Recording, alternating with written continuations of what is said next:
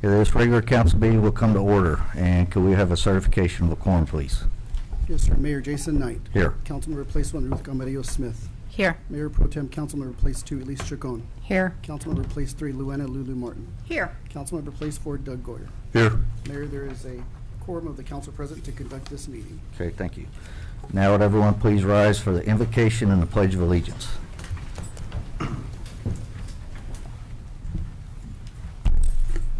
Father, thank you for being such an awesome God. Thank you for our local governments. Please give wisdom to those who ask. James 1:5 says, any who lacks wisdom, he should ask of God, who gives generously and ungrudgingly. It will be given to him. Please answer each prayer. Help fill all vacancies with people who have a heart to serve. Please help all the employees and volunteers of Aransas Pass meet their needs abundantly. Father God, be in these proceedings tonight. In Jesus' name, amen. Amen. Pledge of allegiance to the flag of the United States of America and to the republic for which it stands, one nation, under God, indivisible, with liberty and justice for all. Okay, now we're going to move into presentations, and it'll be the swearing in of newly appointed city manager Jim Winkleman.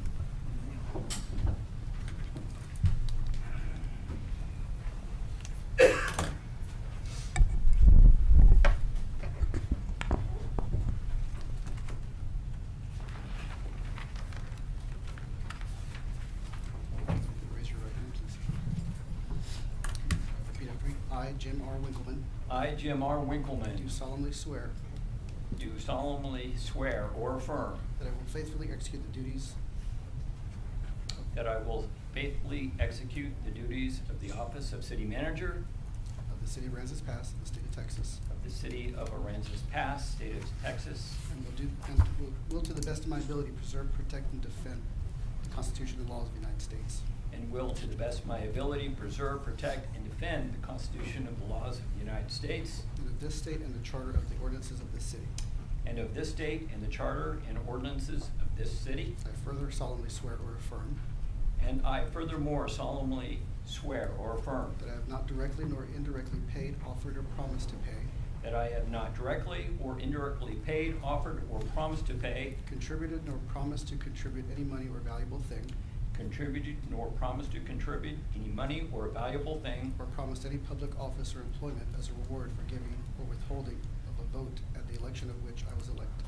or promised any public office or employment as a reward for giving or withholding of a vote at the election of which I was elected, I'm sorry, that's selected, sorry.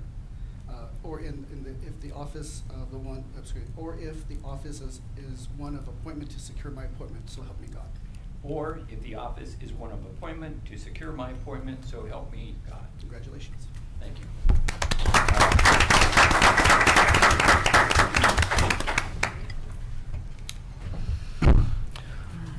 Okay, and now we're going to move into announcements.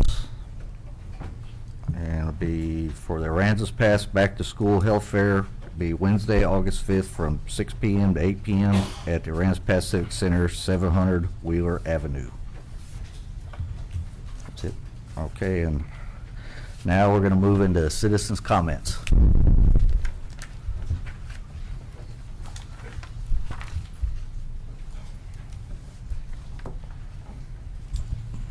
Good evening, Council. Thank you for the opportunity to speak. I want to begin by recognizing the good work this body has been doing. Much of the city progress happens quietly behind the scenes, and I want to acknowledge that. Recent accomplishments include removing flood cameras, installing new wastewater runoff pipes, and continue essential infrastructure upgrades. Show meaningful forward movement. These improvements matter, and residents do notice them. But however, the drainage on commercial streets have reached a point where it can not be postponed any longer. Standing water creates algae, slip hazards, and mosquito heaven. And realistically, who wants to visit or shop in a downtown where water sits in the street after every rain? It affects foot traffic, business appeals, and the overall perception of our city's core. There's also clear health concerns. Stagnant water can harbor bacteria, mold, and foul odors.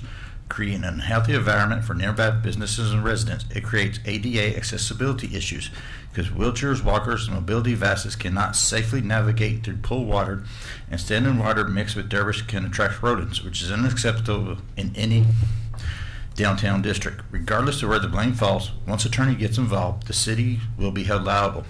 Fixing this now protects residents, protects businesses, and protects the city from unnecessary legal exposure. For this reason, I respectfully urge the council to prioritize and schedule a definite corrective action on commercial street drainage. This issue requires a clear plan, a timeline, and visible follow-through. Addressing it properly will improve safety, accessibility, and the appearance of our town, and it will reflect the same commitment to progress shown in your recent accomplishments. Thank you for your time, and thank you for the continued service to the residents of Aransas Pass. Thank you, Thank you, Will. Will. Thank you, Will. And I guess just so everybody knows, commercials, TxDOT maintained, and I think I'm telling you right, Dave.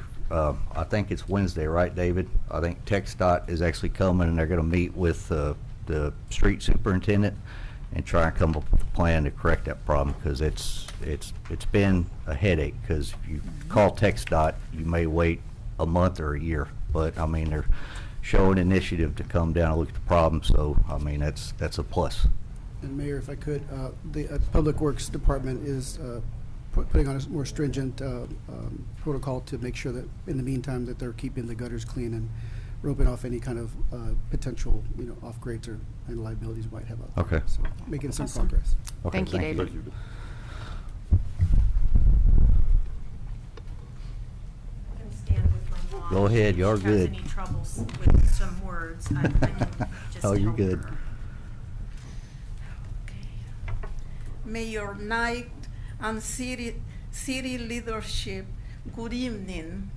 My name is Marina Tamchak.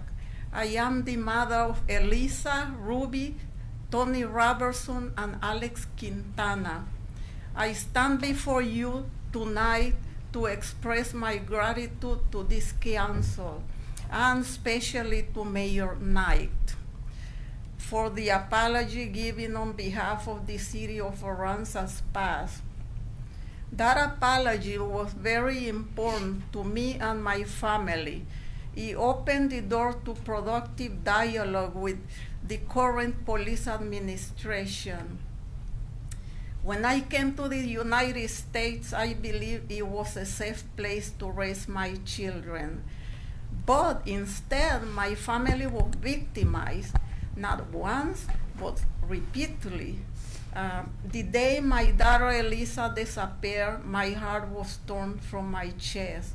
I will never wish this kind of pain on my worst enemy. I will not be so sorry. Okay. If I did not have 3 other children who needed me, I would not be standing here today. Years later, under Captain Rhodes' watch, I became the target of false accusation. To be accused of taking the life of my own child is a mother's worst nightmare.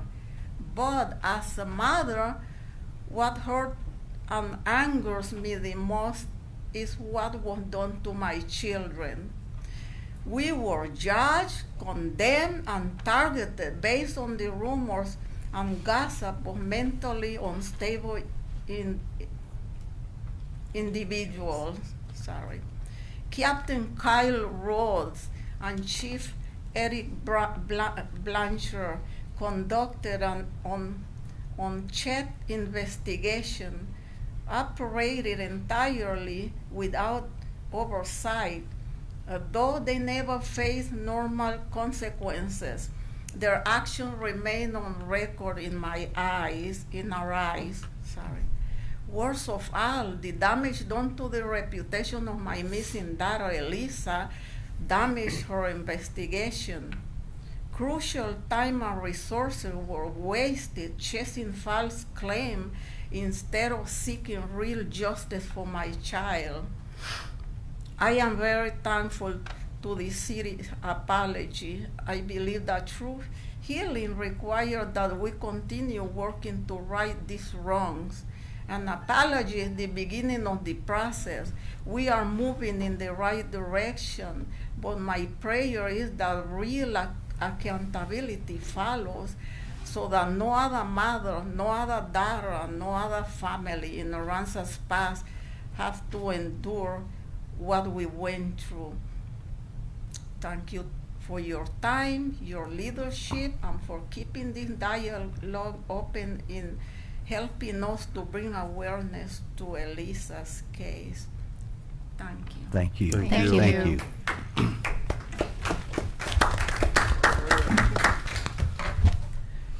Okay, now it's my turn. Good evening, Mayor Knight and members of the City Council. My name is Ruby Hall. You all know me. I stand before you tonight as a sister and advocate for Elisa Robertson, who disappeared from Aransas Pass on August 6, 1989. People have told me that a council meeting is not the place to discuss my sister's case, but I believe this is precisely where these matters belong. This is the place where you, as our elected leaders, have the authority and responsibility to ask the hard questions and hold city departments accountable, especially when it comes to a police investigation. Every investigation should be conducted with integrity, and above all, it should protect and respect the victims' families. For years, that was not our reality. Under the previous administration, our family was treated very badly. What was carried out under the guise of an investigation often felt more like a telenovela than a serious effort to find my sister. That is why I want to sincerely thank Mayor Knight and the current City Council for your support in the recent public apology to our family in June. That acknowledgement meant more to us than words can fully express. It was a vital step toward true healing, and it has opened the door to a meaningful dialogue with the current administration. For that, we are deeply grateful. We are in Aransas Pass this week to continue advocating for Elisa and to bring much-needed awareness back to her case. We will be hosting a walk, and we would like to extend an invitation to each of you and to the community. We would like you to please join us this Thursday, August 6th at 6 p.m. at 748 West Goodnight Avenue. Walk with us, stand with our family, and help us to honor Elisa. Thank you so much for your time, your leadership, and your continued support. Thank you, Ruby. Thank you, Ruby. Thank you, Ruby.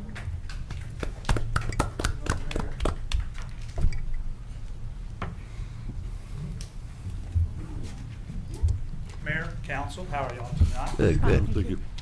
So I'm going to come at this a couple of different directions, but I'm here to speak about the discussion that's upcoming on the RVs and those ordinances. In the last 10 years, the city has done an amazing job of cleaning up, getting closer to where we need to be. I believe any ordinance that allows RVs to be lived in the neighborhoods is a giant step backwards. And there's a lot of reasons for that. I understand affordable housing, but there's a better direction to go for that. RVs in the neighborhood are going to drop property values like you will not believe. And I know there's some goodwill behind it. You want affordable housing for somebody that's all they can afford. But I can tell you what will happen. People from out of town will swarm in here to buy every available lot that they can and put their RV on here for weekends and holidays. That's a fact. RVs were never intended to be lived in full time. They dilapidate rather quickly with that wear and tear. Most people that in this area that are living in RVs either won't or can't remove them when a storm comes. In case you didn't know, I was the emergency manager for this jurisdiction when Harvey hit. So I know exactly what those RVs do when that hurricane comes. They become projectiles and they hit other people's property. And again, if we get an influx of out-of-town people putting RVs on lots in neighborhoods, they're not going to drive from Houston, Dallas, San Antonio to move those RVs, and we're just going to have a bigger problem. I'm not sure what direction the conversation is going to go, but I wanted to get my 2 cents in early. I totally disagree with RVs in neighborhoods. If we need to make room for them, let's loosen up the RV park statutes a little bit. Right. Thank you. Thank you, Thank sir. you. Thank you. Jason, do you want to open the discussion for that? No, it's still Okay. Good evening. Hi. Sandy Riggs. I'm also here to give my little 2 cents on RVs. I think that going backwards would be a huge step back with all the work that's been done with cleaning up our city, especially since Harvey. And as a realtor broker here locally, there's a lot of people that have come to this town to invest in properties. And I think that y'all are gonna get a huge backlash, possibly even with lawsuits, because people are gonna have their $500,000 home or their $1 million home, and they have an empty lot next door, and then someone comes in with their RV or their trailer, their mobile home, and that's gonna devalue their property like tremendously. I think that property values have come up, and we want that to continue to go up and property taxes go down and maybe eliminate like Florida. That would be wonderful. But I think I'm all about the RV lifestyle. I sell a lot of properties in the RV communities around here, and I've sold RV parks, and I think keeping the ordinance with them being outside the city and in designated park areas is the best way to go. We have a lot of properties along Highway 35 that would be great choices for development for future RV parks. We have the Swift convenience store that's coming in, so I think that's going to open up a lot of room for business and possibly more RV parks, who knows. But I definitely would discourage repealing that ordinance in the city, because I think you're going to get a lot of backlash and lawsuits. Okay. And that would not be a great direction for development in the city. Nope. And Con Brown Harbor, I would like to see that protected as well.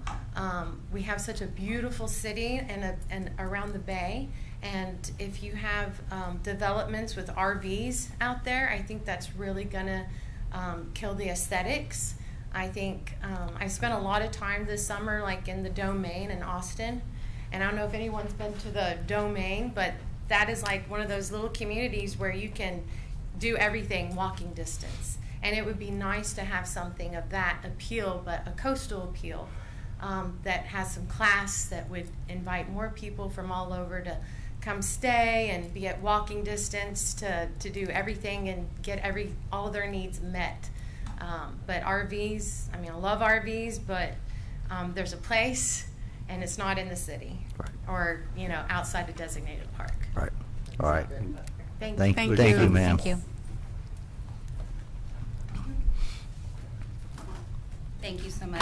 Rhonda Hans, I'm a local resident and also local realtor. I am also the designated local political coordinator for Aransas Pass. I saw this item come onto the agenda and felt that my voice deserved to be heard, as well as my other constituents. They're at home watching on YouTube right now, and those that are on appointment, they will be watching later, so it became a grave concern for them as well. So Chapter 5, Article X, Recreational Vehicle Parks, Section 5 through 143 states, it shall further be unlawful for any person to place or have placed an individual RV for the purpose of inhabiting said RV or any lot, parcel, or tract of land within the city limits that is connected to utilities such as electrical, water, sewer. So basically, an individual RV cannot be used as a residential on a private lot within the city limits of Aransas Pass. Long-term habitation is intended to occur only in licensed RV parks that comply with the city's developmental standards. And I understand there have been certain situations where it warranted continued permits and whatnot. So there are emergency powers that are put into place to recover and to rebuild. So the way the zoning ordinance defines RVs currently, primarily as used as temporary living quarters, that's the sole purpose for RVs, not to inhabit them for an extended period of time. And as Darvin had indicated earlier, if you have an RV situated on a lot, or as Sandy has indicated, next to a home that is of higher assessed valuation, if you will. It's all about buyer marketability. When they come to visit a property, they are looking at their neighborhood and the surroundings around that property that they're wanting to possibly purchase. And it doesn't affect an appraisal point of view, but it does affect a buyer's point of view. And that's what we have to think about. And if we have situations where some of us are looking to move towards family members, want to live closer to grandchildren, they want to put their house on the market here, their valuations are going to plummet, unfortunately. I hate to say that, but it will happen. And then if we want to look at it from an infrastructure standpoint, when it comes to plumbing, electrical, fire hazards, if there's an RV that's situated too close to another structure, that becomes a fire hazard. And I recall not too long ago where the request to have a subdivision, if I'm not mistaken, over by Johnson, in that subdivision where it would house probably 200 homes, they were stated that the infrastructure was not there. Okay, now imagine if we have no ordinances for RVs, how many RVs are going to occupy this area, how that's really going to affect our infrastructure. We can't hold that capacity by no means. And multiple lots have permanent RVs with no homes being built. I'm not saying you cannot build your home while living in an RV, but there has to be some sort of standard of practice and quality of life for our neighboring communities, for our neighbors. That's what I'm saying. And back to where the market perception matters, people look at it and then they offer less, and that's not what our property owners are looking to net. They decide not to make an offer. They decide not to choose this neighborhood. They may decide to go to Rockport, to Ingleside, but not Aransas Pass. And when we have other people living here, that helps with our revenue. So, and I absolutely respect property rights, I do. Owning property should come with a great deal of freedom, and I don't believe government should impose unnecessary regulations. But living in a city, we also need to agree to certain standards that protect everyone else's investment and quality of life. I understand the argument that people should be able to use the land as they choose. The question isn't about whether property rights matter. They do. The question is whether one person's use of the property begins to affect our neighbors and a community as a whole. And that's not even touching the surface. There's so much to unpack here when it comes to RVs. When you've got some folks that are talking about the abuse of power, there's also the abuse of privilege. And if we do not police those or monitor those situations, we've got construction that becomes a long project and then it doesn't get done. And therefore, those folks, they take advantage of that situation. I'm not saying all. The city already provides flexibility by allowing temporary RV occupancy. Hey, Rhonda, I don't mean to cut you off because we floated Okay. past 3, but Okay. when we open it up, you can finish there. Okay. In this case, somebody else. Sounds good. All right, thank you. Thank you. Thank you. Thanks. Anybody else wish to speak? Not yet? Okay. All right, now we're going to go into staff. You have somebody stand up. Oh, my bad. Last minute.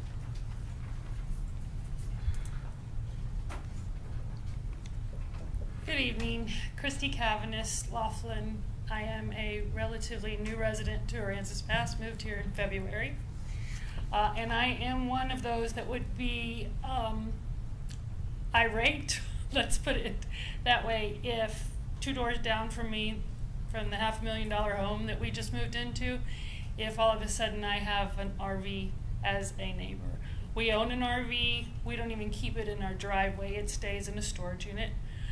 We have beautiful RV parks here, and I think that that's where, if for long term, that's where the residents that choose to live the RV lifestyle need to be, or out in the county where where they don't have the strict regulations. I think coming from Corpus and coming over here, yeah, we came from the small town life, but I do agree that it would be taking a step backwards. And even though we want to still be the small town life, we want to be in an improved area. And I think that y'all have worked hard to get, and we're looking at improvements. So I hate to see a decision made that takes step back and doesn't encourage new people and new tax revenue to come in. Right. Thanks. Thank you. Thank you, you. ma'am. Okay, and now we're gonna move into staff reports and other discussion items. And it will be to discuss and provide direction regarding the city's current regulations for the use and occupancy of recreational vehicles on private property, and I'll get mine out. I agree with all you guys that came up to the podium on this, because that's true. I could already see property values would tank, and everybody up here scrambling to get more city services provided to all you guys, and that would it wouldn't set us back 10 years. It'd set us back in the Stone Ages on trying to catch up with financing. And you're talking about health and safety concerns with sewage lines that might last 2 weeks, 3 weeks in the sun. So it's like the old saying goes, if something's not broke, don't mess with it. And this ordinance has been working as long as it's been in place, so I'm for keeping it the way it is. I want to make a comment. I agree with Jason and the lady who just spoke. People came in to Aransas Pass and purchased with the impression that they would have a house next to a house or out in the country with land, what have you. And for us to change the game halfway through and say, oh, sorry, now you're going to have an RV next to you, that's not something that I would like to represent. That's not something that I would like our city to do.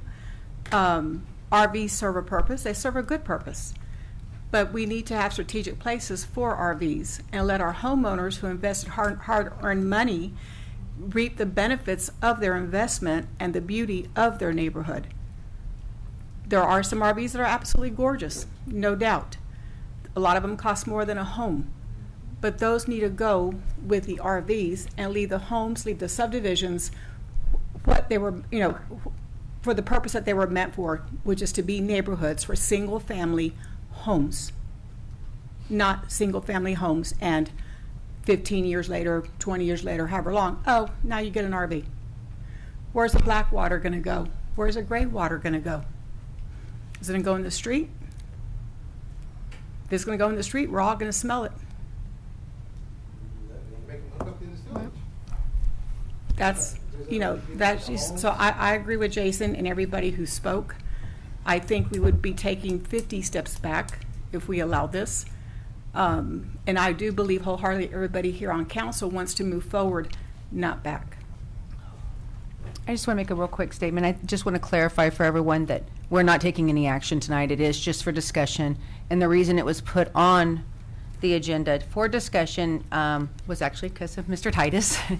And but it's because of the situation he was in, and it was, if he had brought this years ago and this had come in front of council back then, it could have resolved a lot of issues than him having to keep coming up.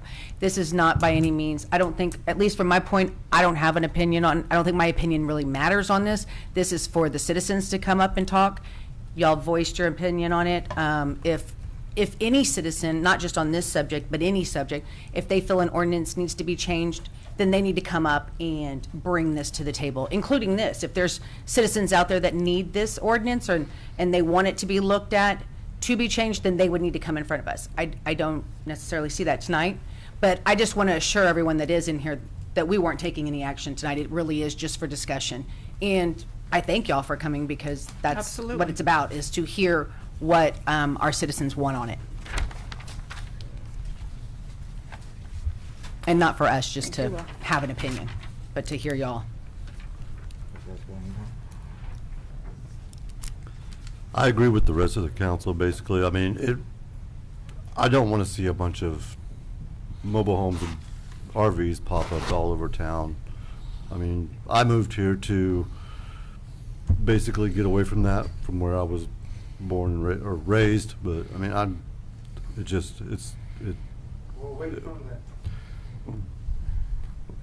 originally from Kansas. Where? Kansas. Kansas? Yes. But I do want to say too, if this was something that the public wants to come forward, obviously gray water, Blackwater especially is not just going to be going into the streets. I mean, it would be, I would assume it would go through all kinds of zoning and the permitting, and it would be regulated. But that's not even where we're at. But I just want to say, we're not, I don't think it would ever be that someone's just going to have an RV in their front yard and they're going to be running their sewer into the drainage like in Christmas Vacation, you know? Sorry, I mean, I just want to make sure that if that was the case where people wanted to come forward and say, hey, we want this changed, that's not going to ever be allowed. At least not, well, at least I won't ever be in favor of that. And I'm pretty sure it's against a lot of laws. What do you got, Will? Council, in front of you, I handed out a list of court cases that relate directly to how cities regulate RV use and occupancy on private property. These cases has helped frame the issues we're here to address tonight. The zoning was created to protect people from actual harm, not to control harmless personal choices. And the 14th Amendment makes it clear government cannot interfere with private property unless it can prove a real, substantiable, legitimate safety concern, not aesthetics, not opinions, not I don't like RVs, not social bias, actual harm, or nothing. Courts have been consistent on this. ULIS allowed zoning only because it kept dangerous industrial uses away from homes. Nectar struck down zoning because it had no real connection to public safety. Texas courts have said zoning must be reasonable, not arbitrary, and must serve legitimate public welfare, not personal taste. And when you look specifically at RVs, the courts are even clearer. In Toby versus Santa Ana, the court says cities cannot criminalize harmless living arrangements unless they can prove actual harm. RV living is not a crime. RV occupancy is not a threat. If an RV is safe, the government cannot punish the people living in it. Some cities try to justify RV restrictions by pointing to minimum house size laws, but these cases fall apart when you look at them closely. Springfield, Illinois won the first round on 1,100 square foot minimum, but early wins often collapse on appeals. Los Angeles won early in Districts and Thomas, but both laws were overturned because they were vague, arbitrary, and not tied to safety. And in Calhoun, Georgia, the court struck down a 1,150 square foot minimum house size because it had no connection to public safety. It was nothing more than class-based zoning, deciding who's acceptable based on the size of the home. And courts have doubled down on this in recent years. In Martin versus Boris, the Ninth Circuit ruled that crimes cannot punish harmless living arrangements, including living in vehicles where no actual harm is shown. And in Seattle versus Longleat, Washington Supreme Court ruled that an RV is a home, not just a vehicle. That means RV gets constitutional property rights protections. Cities must treat them as dwellings, not nuisance. All this point in one direction. RVs are legitimate housing. RV occupancy is lawful. RV use on private property cannot be restricted without proof of real harm. Thank you. Thanks, Will. Thank you, Will. I had time to review the ordinance, and I thought it was a well written ordinance. I think this came as an issue, like with Mr. Titus, and he explained and he presented his case. So I feel comfortable with the ordinance as it is. May I please speak? Yeah, come on, Richard. I'm Richard Titus, everybody. I'd like to remind y'all, I'm not here to stir the pot tonight. I was going to be a good boy, just sit here and mind my own business for a change until this came up. I'd like to remind y'all, this is not a $1 million wealthy community. This isn't a filthy rich community. It's a filthy poor community. I'm building a $300,000 home, living in my RV behind my house that you can't even see my RV. Y'all are aware of it, those that want to come to my house. Yeah. So I'm not sitting here trying to stir the pot to make anybody mad about anything, about any issues like that. But let me tell you, when there's somebody that's determined, like I am, to live in an RV and finish my house, Mr. Gore, you came to my house Sunday night. Am I not proceeding and getting it done? You're pretty close, I will man. finish this damn house.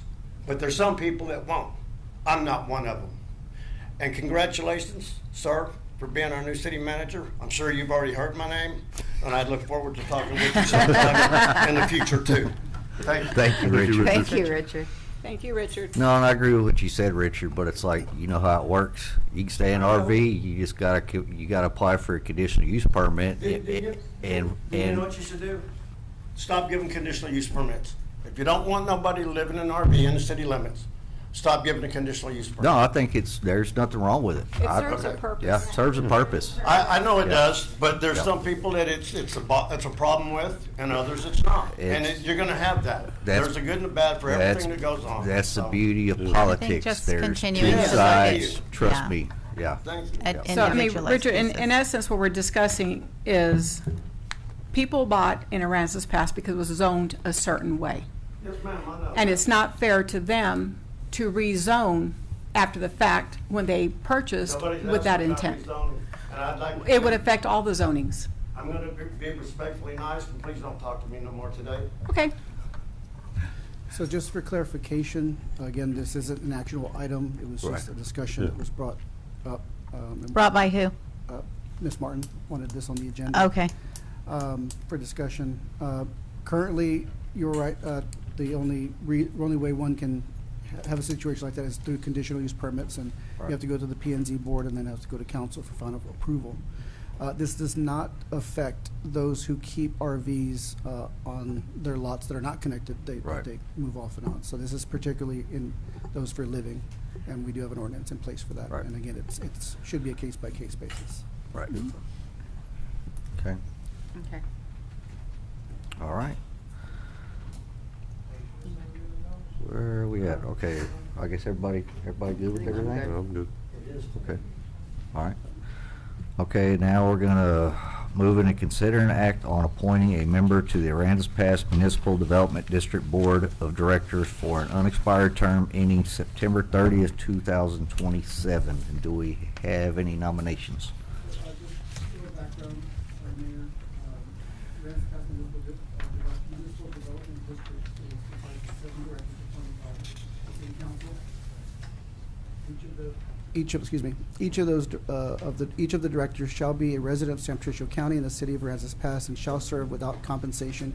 Each member shall serve 2 terms. The city council vacated a board member position on July 20th and now seeks to fill that unexpired term. You have 3 applicants in front of you that submitted while this vacancy was created. But there were also a couple of other applicants that had put in MDD before. So you have Christian Freeze, Leroy Terrio, I always struggle, Rebecca Burnham. So it's now in your hands.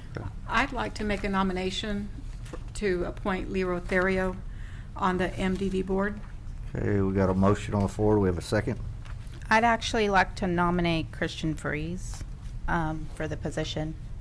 I think they're both great candidates. I just know Christian longer.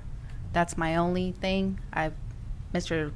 Leroy's a kind, nice gentleman. I've had good dealings with him, but I've just known Christian longer. That's really my only reason. We do have some more positions, I guess, up for terms in September. I don't know if those applicants are going to reapply for those next month or how that. If they have an application on file within, I would say, the last year, they can just email me, city Okay. secretary at aptx.com. Okay. .gov, excuse me, and just ask to be put on the list for those. I know we do have a vacancy for the P&Z board that we'll need to be working on. Okay. So, but it's just a matter of timing at that point. So. So what do we do? Well, Do we we know if got, Rebecca we still gotta even get wants a, to we do gotta it? get a second for Leroy, because there's a motion. So either it can die and then you can renominate somebody, so if there's not a second, then it'll die. I'll second. Okay, we got a motion and a second. Any further discussion? I'm sorry, that was a second for Mr. For Leroy. Okay. Good. Okay, all in favor? Aye. All opposed, same sign? Okay, motion carries. Congratulations, Leroy. Remember Christian in September. Right. And also, we need to find out if Did Rebecca we do still that wants to be right? on. Because I recommended Christian. She made a motion on Okay. it. Okay, now we're gonna move into the consent agenda. It'll be approval of the following meeting minutes, the budget workshop meeting minutes, June 19th, 2026, and regular meeting minutes, July 20th, 2026. And do we have a motion? I make a motion to approve 9.1. Okay, we got a motion on the floor. We have a second. Second. Any further discussion? All in favor? Aye. All opposed, same sign. Okay, motion carries. Okay, now we're gonna consider and act on approving a memorandum of understanding between the City of Aransas Pass and the City of Ingleside regarding the evaluation and potential development of a future potable water supply arrangement and authorizing the mayor to execute the agreement. So we do have representation from Ingleside. We have their city manager, city Oh, council. yeah, I know those guys. Council, this MOU is non-binding and allows both parties, both cities to exchange information, evaluate feasibility, negotiate possible future terms. Any final agreement would require approval of both governing bodies. Does anyone have any questions about this MOU? No, I don't think so. I've been going to their meetings for I don't know how long on this. I mean, we've been talking about this for, come on, you might as well. I said something of yours. For the record, I'm Brenton Lewis. I'm the city manager in the city of Ingleside. We have been working with Aransas Pass on this. We are in negotiations with Seven Seas at this time. We've had the counteroffer from them. We are still in negotiations. We are looking at, when we work with Aransas Pass, making sure it's a joint effort. Whatever Ingleside will be paying, that's what Aransas Pass will be paying also. Therefore, it is a collaboration between the two. We are looking at rates that are less than what the projected rates would be with the city of Corpus Christi through the San Patricio Water District. Yep.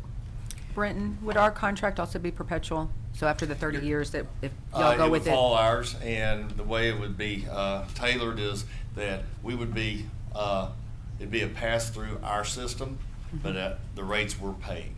Okay. And perfect. only responsibility would be to get the water to Aransas Pass for Okay. y'all's side of it. So I just, just wanted to make sure after 30 years, Right. you know, we're not here probably, but that all of a And we sudden, are- that Aransas Pass is still taken care of. Right, and we did take, we did look at two proposals right now. We're looking at 15 and a 30-year contract, both of them. Okay. so I would like to confirm for our constituents that Aransas Pass will be on the contract itself as well. Aransas Pass would be through the MOU and an agreement that it will be, that you will be purchasing water through the city of Ingleside, but it would be for the term of our contract. So Aransas Pass will not be on the contract with Seven Seas. Seven Seas. The contract would be a WSA for the city of Ingleside, but you will be contracted with the city for the same term that we are with the Seven Seas. Since it is a water service agreement, and that's why it would be tailored that direction, that we would be ensuring that the city of Aransas Pass paid the same rates we do.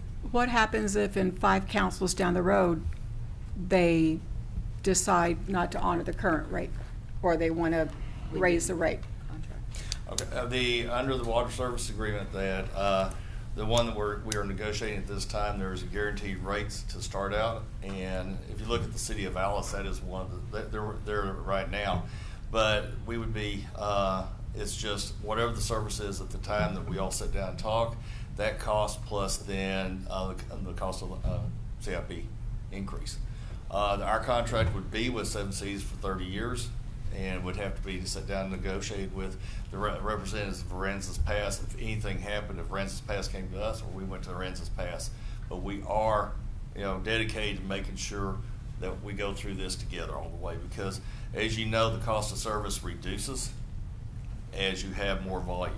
And the original bid that we sent out was for 5.0 MGDs, and both of the cities combined are about 3.5 right now. Yep. Okay, I just want to ensure that our Aransas Pass interests are covered, Yes. because, granted, both councils today work great together. Mhm. What happens if one day they don't? I want to make sure Aransas Pass And is protected. I haven't seen the latest MOU, but our understanding is that we'd sit down for arbitration. We'd all be working through this together. Right. This is a So it'd be joint agreement, contractual. but the Yeah. only difference is That's what- because the treatment plant will be sitting on Ingleside property, and also the wells will be inside the city of Ingleside. Therefore, that's why we have to make sure that Aransas Pass is just connected through us, and we're not going to be a wholesaler. It's just that we'll be a supplier. Can keep in mind that this itself is not the final contract. Yep. It's just an agreement saying that Just an we're going to agreement. work together. Yes. And should this project materialize, then we'll sit down and we'll negotiate the final terms of that contract. Yeah, and it was a couple council meetings ago, I remember I got up and spoke, because a couple council members, they wouldn't even go to this because nobody's gonna listen to somebody's word. They wanna say, well, Yeah, show it's gotta me, be- this is us showing them. Absolutely. So, this definitely needs to pass, in my opinion. So, do we have a motion? I'll make a motion, where we're at, to consider an act on approving a memorandum of understanding between the City of Aransas Pass and the City of Ingleside regarding the evaluation and potential development of a future potable water supply arrangement and authorizing the mayor to execute the agreement. Okay, we got a motion on the floor. Do we have a second? Second. Any further discussion? All in favor? Aye. Aye. All opposed, same sign. Okay, motion carries. All right, good seeing y'all guys. Thank you, Brenton. See you next week. All right, man, I'll be there. Thanks. Thank y'all for coming. Thank you, guys. Okay, moving right along, we're gonna consider an act on a memorandum of understanding between the City of Aransas Pass and Del Mar College District on behalf of the Small Business Development Center for the use of office space at the Aransas Pass Civic Center to provide small business advising and training services. Oh, there you are. Mayor, Council, I'm Malik Jones. How y'all doing? So this is something that Mary kind of started, and I'm gonna try and finish the race here if I can, but it's pretty straightforward. So Del Mar College has, like you just said, a small business development center, and they want the Civic Center to be kind of one of their hubs. And all they really do is kind of give out some free advice to small businesses in the area and then the surrounding area. So they want to use some of our space to do that, so we don't have an issue with it. We got with the city attorney to kind of mess with the MOU a little bit so we can have some more flexibility, so that way we don't have any scheduling issues, but we're good with it if you guys are. It's great. Sounds good to me. I think it's a great idea. Is it Yeah. a stepping stone to them bringing some classes into our part of the world? It's kind of whatever they want to That's do. what I'd like to see, personally. We have a Del Mar representative, Mr. Daniel. Of Okay. course, he's here to answer any questions you may have. Yeah, you can ask Yeah, you me can one. pop that one. I can't. You want to come on? There you go.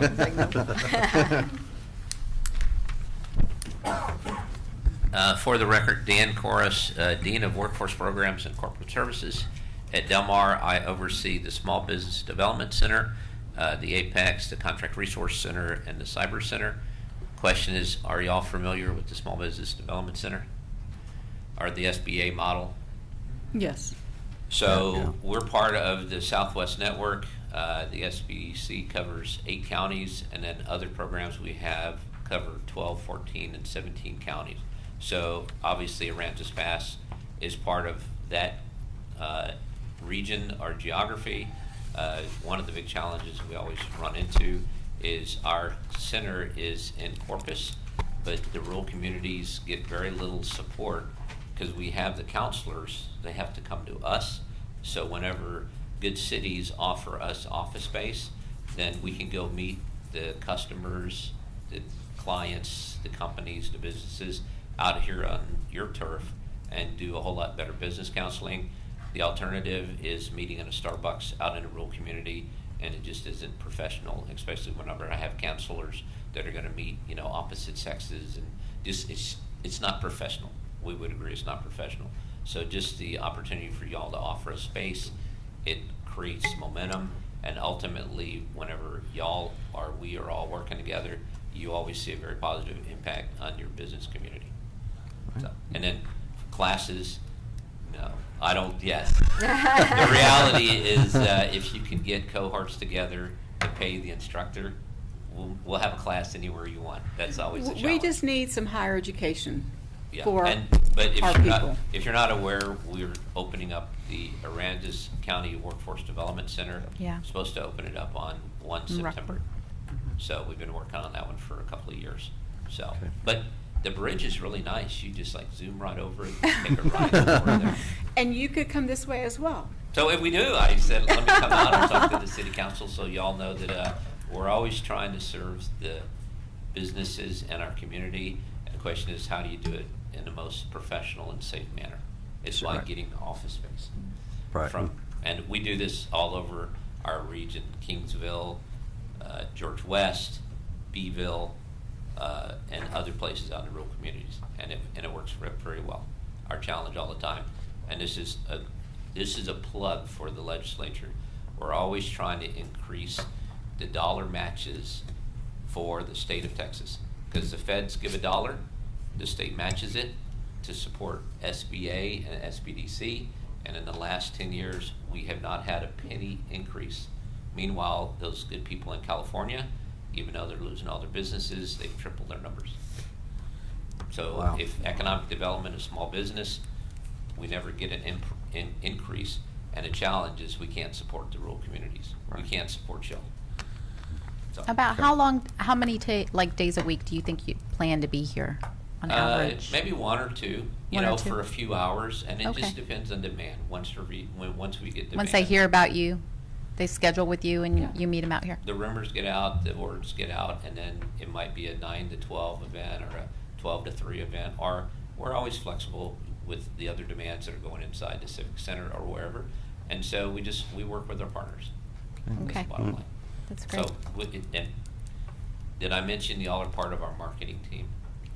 Heck So yeah. y'all help us get the word out saying, hey, Absolutely. instead of going over the bridge, the SBDC counselors can come out and meet with local businesses, especially if you hear that they're distressed. Okay. All right. Thank you.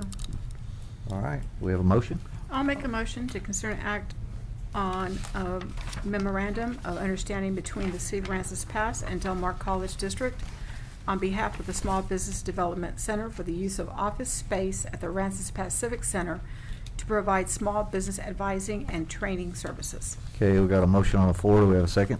Second. Any further discussion? All in favor? Aye. All opposed, same sign. Okay, motion carries. Okay, now we're going to consider an act on amending the July 6, 2026 council approval authorizing the fire chief to purchase life safety equipment to reflect a lower price vendor. I think There's that's Mike. all that needs to be said. Right. Mayor, Council, Mr. Winkleman. My name is Mike Newey, I'm your fire chief. This is a follow-up to that agenda item we had back on the 6th. The specific agenda item for the thermal imagers called out a specific brand. And wouldn't you know, the day after that council meeting, I had another vendor say, hey, so this would actually save us a couple $100 That'll work. if we just amend the agenda item to just give us the latitude to pick a brand, not a Okay. specific brand. All right. Okay. I make a motion to approve 10-3. Okay, we got a- Second. Oh, that was quick. Got a motion, a second. Any further discussion? All in favor? Aye. Aye. All opposed, same sign. All right, motion carries. Thank That was quick. Okay, now we're going to consider an act to award request for qualifications for engineering and design services for the Public Works Office additions project to International Consulting Engineers. Good evening, Mayor and Council. Yeah, so we had 11 firms submit their qualifications. They were all very qualified. According to the score, the highest score was ICE Engineering, which is International Consultant Engineers. We do have funding for the engineering and the design. We don't have money for the construction. At this point, what we're looking for is to get permission to get negotiations with the engineering firms. They would come up with a contract, bring back to you to get approved. And with that, once we get that approved, it'll probably be a couple months before we get the design kicked off and get an opinion of construction cost. And once we get the opinion of construction cost, then at least we know what number to look for when we look for funding. But at this Okay. point, we are staying in a double-wide trailer that was donated to us 12 years ago. So we couldn't find the year it was actually made or manufactured, but we've had it in our possession for 12 years. It did survive Hurricane Harvey, which is a surprise, but at this point it's at its last leg. So that is the reason why we're looking for this permission to get the building designed. And if I remember right, this is coming out of the last CO, isn't it? Isn't that how this Yes, gets it's funded? tax note 26. See, I knew I was right. I'm right sometimes, so, Mhm. all right. Okay.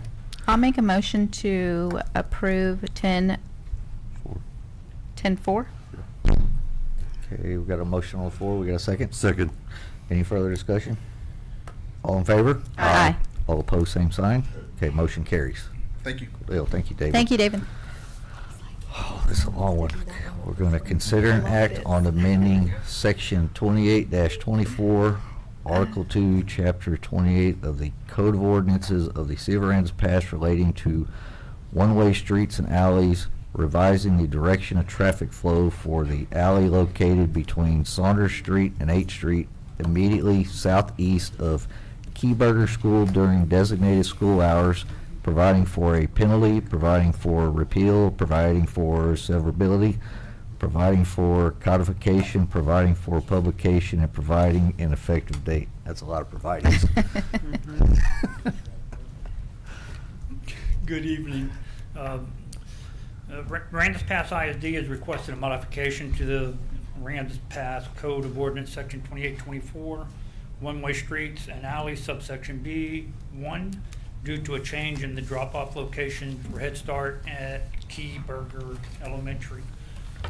The modification will keep the alley located between Saunders Street and 8th Street, immediately southeast of Keyburger School, running parallel with Saunders Street as a one-way street, but would allow northbound traffic rather than southbound traffic during the school year from 7 a.m. to 4:30 p.m. So it's going to be the same alley that Right. we've always had. They want to change Flip it it over around. so it goes northbound. Okay. Blaze Anderson, their give me if I'm wrong, public relations, and then Jason Diven, who's the director of operations and maintenance. If Okay. y'all have any questions with them, they're here also. Okay. I'm good with it. It used to I'm good be with it. like that years ago. So somebody changed, I guess they want to go back. So I mean, I know, yeah. I'm assuming if y'all are asking for it, it's for a good reason. Right. You know? Yeah. For the safety of the kids and Yeah. flow of traffic. Okay. We have a motion? I'll make a motion to consider an act on 10-5. Okay, we got a motion on the floor. We got a second? Second. Any further discussion? All in favor? Aye. All opposed, same sign. Okay, motion carries. All right, Sorry. thank you, guys. Here. Okay, now we're going to consider an act on amending ordinance number 2016-4139, Article 5, Record Services of Chapter 28 of the Code of Ordinances, providing revised provisions for applicability, permitting, minimum standards, operation guidelines, and failures to pay accounts, providing a savings clause, providing a severability clause, providing for repeal of conflicting ordinances, and establishing an effective date of October 1st, 2026. And I guess the only thing I want to say is everybody up here feels the same. If we've got someone local here, they should be prioritized. They should be prioritized and called until the minute they Absolutely. say they're tied up, and then you could have a list of outside people called, and you go there, kind of like, basically treat it like mutual aid for the fire department or for police department, the towing, something like that. It's a provided service. They pay taxes. They generate lots of tax dollars here. People out of town don't. So someone that's willing to set up here should be put up here above another list, and that's my opinion on it. Agree. Agree. So, Assistant Chief Jones was going to be, he wrote this Right. at the direction of a council member in Mary Right. when she was here. So he was going to do the presentation tonight. Okay. He has some personal issues that he's dealing with. So if y'all have any questions, Leanne's here to give y'all the answers, and also Mr. Kinder Baden back there. Yeah, when Yeah, I thought that when they want to talk. when I was talking with Jones, it was myself and Mary that were working on this, and was that it was whether we have one tow company or we have 10, it wouldn't matter. If they're local, they're the first in line every single call, and then it goes to the rotation of those that are out of town. Yeah. But that, in right now, obviously, Mr. Kindervarter is the only tow company, but he understands that if there was multiple that came into town, that would change. You know what I mean? It's just that we want it to go to our local business first. And Well, we get sales tax. yeah, we get sales tax for it, and then it's also us supporting our local business. When- So I mean, I think we need to change that for sure. When Assistant Chief Jones was writing this with Leanne, Uh-huh. Mr. Kinder Baden was involved in it as Okay. well. So, Yeah. I'm Eric Kinderwater. Thank you. And basically, what I'm trying to do is correct Eric Blanchard wrong to this community, and this is what the record ordinance he changed. And I want to thank Aaron Jones, who's not here, and my son Eric III, because on a side note, that's what we need is a younger generation who's putting roots down in this community and who's going to take our places. Yeah. Absolutely. Absolutely. I think that's great that they're doing that. Yeah. I believe we should go back to the original ordinance that was in place that worked for so many years. Like you were talking about this ordinance with the RVs, it's been in place for years, it's worked fine. And that's where I believe where I stand here now. You know, it doesn't stop you from calling from anybody up from the outside. I also gave Jason a letter from a competitor who went out of business because of this existing ordinance. And he was a taxpayer in this town. Okay, even though I didn't get along with him, you know, he decided the money wasn't there. And he sent actually several letters to Chief Blanchard, which I have copies of. You know, I'm not stopping you from doing anything else. Like Jason said, it's mutual aid. They call me somewhere else, I go. You know, simple as that. Not only that, but Texas Department of Licensing and Regulations covers a huge part of our business now, to where you don't need to be double dipping, basically, making something when they already got it covered. You know, simple as that. You know. And like I said, I've talked to the majority of y'all about this for a while. For a long, Jason, for years. So I just wish we can undo what Blanchard did to us. We're That's working where on I it. stand at. And I've got that original ordinance if you want it, Chief. Yeah. Yeah, okay. Can we table this until, to make the changes, or what do we need to do to make the changes? Probably, that's probably what we need to do, right? Or is can we postpone it. make the changes and say we want I these say we changes and table then it. pass it? I say we table it. The other thing too That's is an old one. when Blanchard did this, I sat over there where my son is with two other attorneys who both passed away, so I can never pursue it. And they both told me that he did things he shouldn't have done according to Robert's rule, but I never could dig it all back up, you know, what he did. So, but I've been living with this for 10 years. You know, if we can just get it corrected, you know, and I've dealt with multiple companies in this town, you know, and you know, you have to have a reason for them to come in. Right. Simple as that, and you're not giving it to them. No, yeah. All right, thank you all. We'll have to postpone it. Yeah, or I'll just something. I'll make a motion to table Or it. post, Yeah. Yes, Leanne, can- Table or postpone? Do you know- Postpone. Oh, I'm sorry, I have a question for Leanne, since she was Sure. working on it. What's the difference between the original ordinance and this one? Is there any difference? Yeah. There's a lot difference. Okay. There's a lot. The ordinance that's in place now, No, I'm opens talking it. about the new one proposed today. Yeah, there's a lot, it's complicated. Okay. In my mind, there's too much in there. Simple is better in my mind. It's more clear cut, you know. The police chief has authority to do whatever he needs to do in any of these ordinances, you know. So, and I'm not trying to be up here and monopolize them. I'm just trying to undo what the predecessor did. You know, simple as that. So, I'm sorry, someone was entertaining a Do you motion. want me to postpone or table it? I think we could postpone to the next meeting. I'd say postpone it. Okay. Then I make a motion Are we to gonna be able to postpone. do something about Oh, yeah. Jason? Oh, yeah.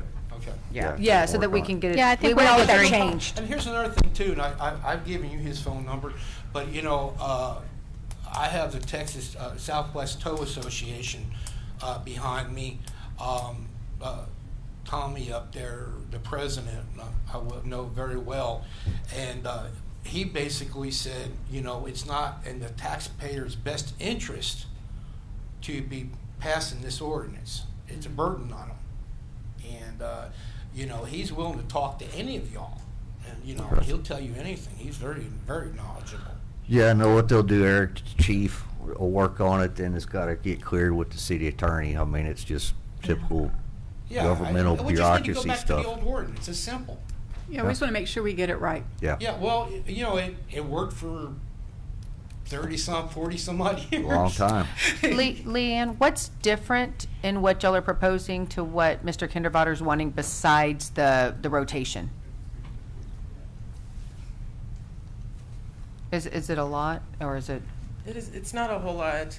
Everything that we discussed with him and Chief Jones, I thought we were all agreeable on. Okay. So if anything, it's maybe fine tuning an item or two. Okay, so then if we postpone it much till the next time? meeting, Yeah, how then much time do you need? and, do what? Like, I'm asking, how much time does she need? Yeah, that's, Yeah. Less than a month. One of the problems I still have, like I said, the original ordinance required you to have a business inside the city limits, Mm-hmm. okay?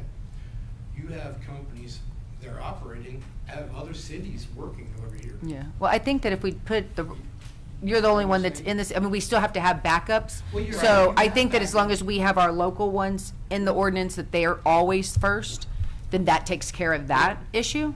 We're not taking that away. Yeah. I'm sorry. We're not taking that away from anybody. Yeah. I mean, the chief and the dispatcher, it's just like with a large truck. I didn't get that last call from the large truck. You know, they called somebody else, not you, but the UPS. Right. But you get into a situation like you had Saturday, when you had that issue down in the harbor, you called one out-of-town company, they turned around and said, oh, hey, my truck's down. They're monitoring that radio. They know what's going on. You had another company go out and do it.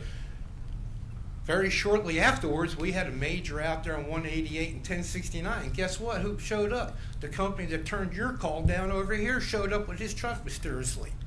So that's what you're up against. Yeah. Well, So how- that's what, I mean, I think that's where the rotation will take care of that. You're Thi- getting the first call This'll- every time. Every time. This'll And- fix it, because it's like if, Yeah. whether it's you or 10 other people, if you have a yard here, Yeah, you'll get called to go out, and unless all your trucks are down or you're all out, then they can go down the list and say, okay, we need help because the local's tied up. Then they call somebody I from have outside. no problem with that. That's how I this mean, one's gonna read. Like- And there's consequences for those records that either turn down a job, don't show up, whatever the case They'll may get be. knocked off at some They'll point. get knocked off the list, or they'll put it, depending on how many times that happens in a time period, they'll be put on a probation. Okay. Okay, probationary I like period. that. See, right now, the way you got it, there's no reasons for anybody to come over here and pay taxes, you know, go, like Lama said in that letter, you know, spend money in town, sales tax.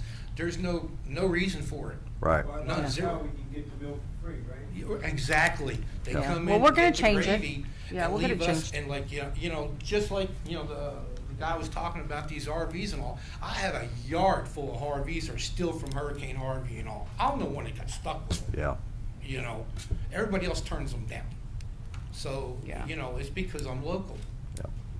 You know, Yep. so, but I appreciate you Yeah. guys. I really Thank do. you. Yeah. Okay. Thanks, We'll get Eric. it So, straightened out, Leanne, Eric. you're good just postponing it till the next meeting, or do y'all need a little longer? Next meeting should be fine. It's That should be fine? whatever y'all Okay. want. Okay. I make a Thank you. motion to postpone 10-1 until the next 10-6. meeting. 10-6. Oh, so 10-6. 6, That's I'm okay. sorry, not 10, 10-6, yeah. Okay, we got a motion on the floor. Do we have a Second. Second, okay. All right, any further discussion? All in favor? Aye. All right, all opposed, same sign. Okay, motion carries. Now, where are we at? Oh, never mind, I forgot to mark it off. Okay, now, we're going to consider an act ordinance adopting the International Building Code 2024 edition, International Residential Code 2024 edition, including International Plumbing Code 2024 edition, International Mechanical Code 2024 edition, International Energy Code 2024 edition, International Fuel Gas Code 2024 edition, International Fire Code 2024 edition, International Property Maintenance Code 2024 edition, International Zoning Code 2024 edition, International Existing Building Code 2024 edition, and NFPA 70 National Electric Code 2017 edition. I guess the only question I have, we need to find out how this will affect the city by changing this on a financial side for the residents, and Well, and how much does it cost us to change it? we have, Mayor and council, based on the impacts of adopting a much more stringent international building code could indirectly increase the cost for both residents, businesses, and for the city. The stringent guidelines under the 2024 may simply traverse the cost of improvements from fire suppression requirements to energy efficiencies requirements. The 2024 is very, very stringent, and those costs would impact the build of any resident building or remodel or even a city improvement building. I would strongly recommend that council request a impact analysis on the adoption of 2026 prior to taking action. Okay. I agree. Good with that. I'm good Yeah. with that. Can I Okay. ask a question? Say we roll with, just an example, the 28 code, or I'm sorry, 2018 code. The 2024 is more stringent, but a builder wants to do it to the 2024 code. Being that that code is more stringent, would that be acceptable, even though that's not the one we're enforcing? We're enforcing the 2018, which is more laxed. That would be at the discretion of council. If council chooses at their discretion to accept the engineering platform, blueprints, and status of a new build, that would be at your discretion. Those newer codes are going to be more stringent, and those would be most readily adopted by any new construction. That would be to the advantage of council to consider that. However, again, anyone who is doing a remodel on an existing home, they would now have to adopt the more stringent 2024 guidelines, and that cost would possibly be enormous. I can state that in several instances, developers have moved away from a community simply because the strong requirements of 2024 makes it cost inefficient for them to build. The example would be fire suppression in businesses that are adjoined. A remodel or development of a new strip mall, for instance, would require fire suppression, and that would increase the cost dramatically. Now, if in a new build that is presented to council going forward, if those are already a part of those plans, council would consider and understand that. But I would again simply state that council's reliance on the impact of adopting a new international code may be far-reaching, and I would be careful to take that action or accept that change without really understanding the impact to the economy. I agree. I think we need to hold off. I agree. I think we need to hold off, and I think that what we have in place is stringent enough, and if someone's gonna be building that is of a higher code, it's going to fulfill whatever we already are asking anyway, so I Is don't that see right, where that Joseph? wouldn't pass inspection. That is correct. Would that be Okay. correct, Joseph? I do like the idea of an analysis, because at because- that point you are able to create amendments to not include certain items that is in the 24 code. So here would be my question, like say, a business comes in and they have multiple businesses all over, so they're already building to the 2024 because of other cities, and it's just a blueprint that they're using everywhere. If they bring that in, I mean, that's gonna pass whatever, if we're sticking with our 2018, because That's it's just, true. correct? Yeah. Like, they wouldn't have any issues.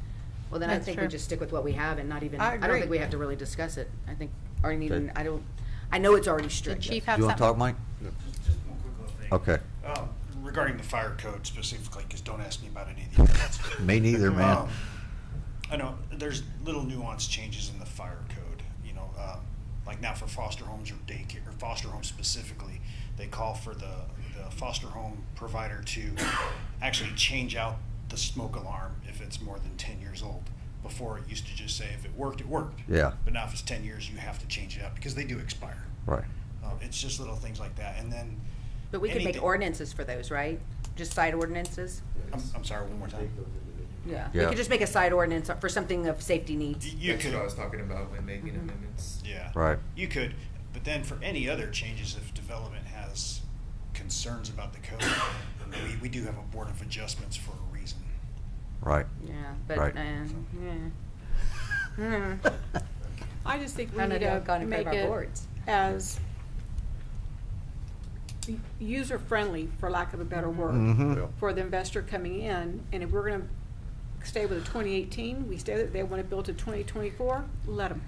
Yeah. Because they're more stringent than what we're asking.